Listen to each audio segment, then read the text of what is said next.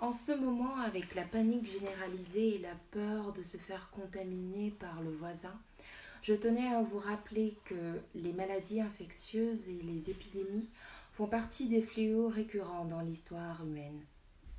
Bien qu'aujourd'hui, la propagation dans l'environnement d'un agent pathogène est fortement favorisée par les moyens de transport de plus en plus sophistiqués, d'une part, et d'autre part par la mondialisation de l'économie. C'est un fait.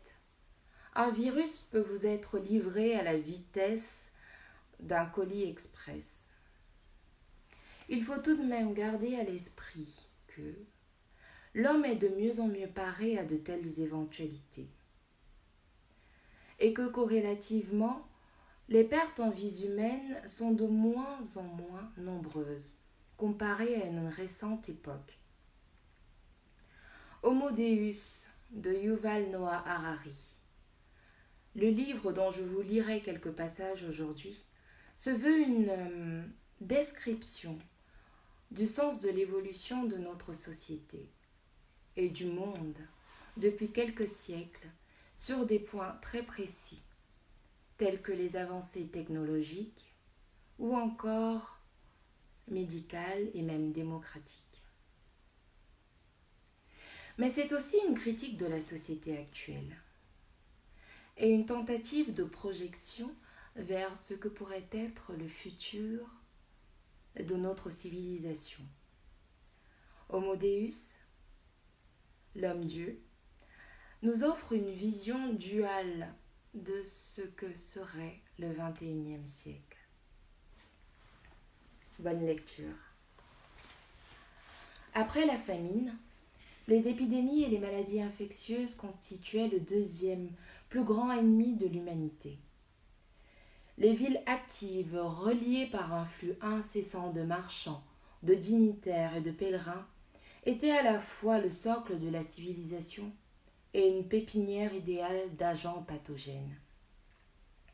À Athènes, dans l'Antiquité, ou dans la Florence médiévale, les gens menaient leur vie en sachant qu'ils pouvaient tomber malades et mourir la semaine suivante. Aucune épidémie pouvait soudain éclater et détruire toute leur famille d'un seul coup. La plus mémorable de ces épidémies, la peste noire, se déclara au début des années 1330, quelque part en Asie de l'Est ou en Asie centrale, quand la bactérie portée par la puce, Yersinia pestis, commença à contaminer les êtres humains piqués. De là, se propageant via une armée de puces et de rats, la peste gagna rapidement toute l'Asie, l'Europe et l'Afrique du Nord. En moins de 20 ans, elle atteignit les rives de l'Atlantique. Entre 75 et 200 millions de personnes trouvèrent la mort. Plus du quart de la population eurasienne. En Angleterre, 4 habitants sur 10 moururent. Et la population chuta de 3,7 millions à 2,2 millions à la suite du fléau. Florence perdit la moitié de ses 100 000 habitants. Les autorités étaient totalement démunies face à cette catastrophe. Hormis organiser des prières de masse et des processions, elles n'avaient aucune idée des moyens d'arrêter l'essor de l'épidémie. À plus forte raison d'y remédier. Jusque dans les temps modernes, les hommes attribuaient les maladies aux mauvaises airs, aux démons malveillants ou aux courroux des dieux, sans soupçonner l'existence des bactéries et des virus. Les gens croyaient volontiers aux anges et aux fées, mais ne pouvaient imaginer qu'une puce minuscule ou une seule goutte d'eau pouvait contenir toute une armada de prédateurs mortels. La peste noire ne fut pas un événement unique, ni même le pire fléau de l'histoire. Des épidémies plus ravageuses frappèrent l'Amérique, l'Australie et les îles du Pacifique à la suite de l'arrivée des premiers Européens. À leur insu, explorateurs et colons étaient porteurs de nouvelles maladies infectieuses contre lesquels les indigènes n'étaient pas immunisés. Jusqu'à 90% des populations locales devaient en mourir.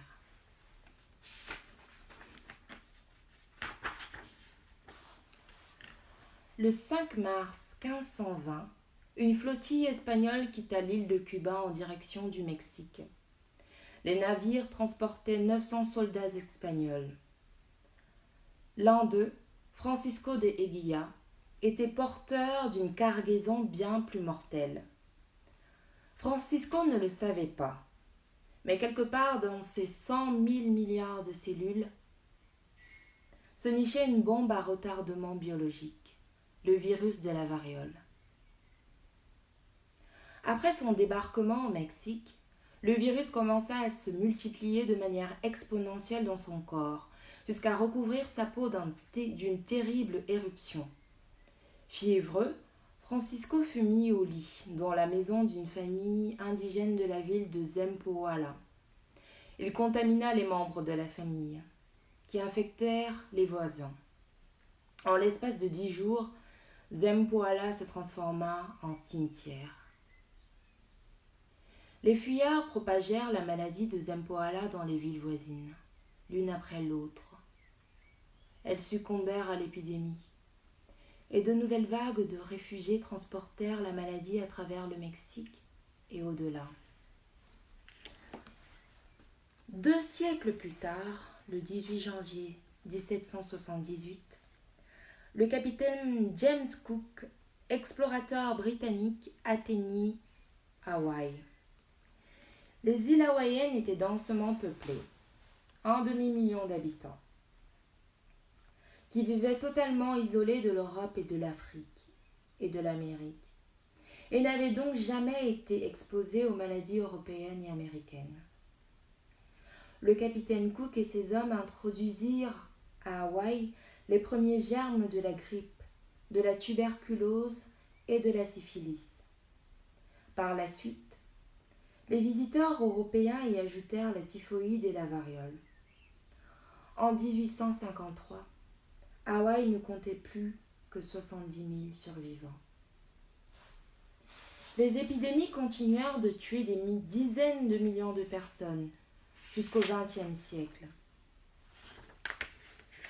Outre ces tsunamis épidémiques qui frappaient toutes les quelques décennies, l'humanité était aussi confrontée à des vagues plus petites mais plus régulières de maladies infectieuses qui tuaient par millions chaque année. Les enfants mal immunisés étaient particulièrement vulnérables. Aussi parlait-on de maladies infantiles. Jusqu'à l'aube du XXe siècle, près d'un tiers des enfants mouraient avant d'avoir atteint l'âge adulte d'un mélange de malnutrition et de maladies. Au cours du siècle dernier, l'humanité est devenue plus que jamais vulnérable à l'épidémie en raison de la conjonction de populations croissantes et de meilleurs transports. Une métropole moderne comme Tokyo ou Kinshasa offre aux agents pathogènes des terrains de chasse bien plus riches que Florence au Moyen-Âge ou Tenochtitlan en 1520. Et le réseau des transports est aujourd'hui bien plus efficace qu'en 1918. Un virus espagnol peut se frayer un chemin jusqu'au Congo ou à Tahiti en moins de 24 heures. On aurait donc pu s'attendre à un enfer épidémiologique avec des épidémies en chaîne. Chaque année, nous sommes alarmés par le déclenchement d'une nouvelle épidémie potentielle, comme celle du SRAS, le syndrome respiratoire aigu, en 2002-2003, de la grippe aviaire en 2005, de la grippe porcine en 2009-2010 et d'Ebola en 2014. Grâce à l'efficacité des contre-mesures, cependant, ces épisodes se sont traduits jusqu'ici par un nombre relativement peu élevé de victimes. Le SRAS, par exemple, a d'abord fait craindre une nouvelle peste noire, pour se solder finalement par la mort de moins de 1 millier de personnes à travers le monde. L'épidémie d'Ebola en Afrique de l'Ouest a paru d'abord échapper à tout contrôle, au point que, le 26 septembre 2014, l'OMS en parlait comme l'urgence de santé publique la plus grave des temps modernes. Au début de 2015, néanmoins, l'épidémie était enrayée. Et en janvier 2016, l'OMS déclara qu'elle était vaincue. Elle contamina 30 000 personnes et en tua 11 000, provoqua des dommages économiques massifs dans toute l'Afrique de l'Ouest et terrifia le reste du monde. Mais elle ne se propagea pas au-delà de l'Afrique de l'Ouest. Et pour ce qui est des victimes, le bilan fut sans commune mesure avec celui de la grippe espagnole et de l'épidémie de variole mexicaine. Malgré le tribut terrible qu'a prélevé le sida et les millions d'êtres humains tués chaque année par des maladies infectieuses installées de longue date comme le paludisme, les épidémies menacent bien moins la santé des hommes aujourd'hui qu'au cours des précédents millénaires. L'immense majorité des gens meurent de maladies non infectieuses comme le cancer ou des problèmes cardiaques, ou tout simplement de vieillesse. Soit dit en passant, ni le cancer ni les maladies du cœur ne sont des maux nouveaux. Ils remontent à l'Antiquité. Au temps jadis, cependant, relativement peu de gens vivaient assez longtemps pour en mourir. Je vous remercie de votre attention, toujours si vive. Et je tenais à vous lire ces quelques passages entrecoupés de ce livre, tout simplement pour vous rappeler que certes aujourd'hui, nous vivons des temps très difficiles, mis en quarantaine chez nous et ayant peur d'être contaminés par la foudroyante grippe du Covid. Mais il faudrait savoir que nous sommes de plus en plus parés à faire face à de telles éventualités et que malgré la tension palpable autour de nous, nous sommes aptes à pouvoir nous soutenir à travers Internet, à travers les réseaux sociaux, à travers les appels, les messages que l'on peut faire à ses proches et même à des inconnus. Alors ne vous inquiétez pas, nous sommes parés à faire face et à vaincre cette épidémie ou même cette pandémie. Ensemble, nous allons y arriver.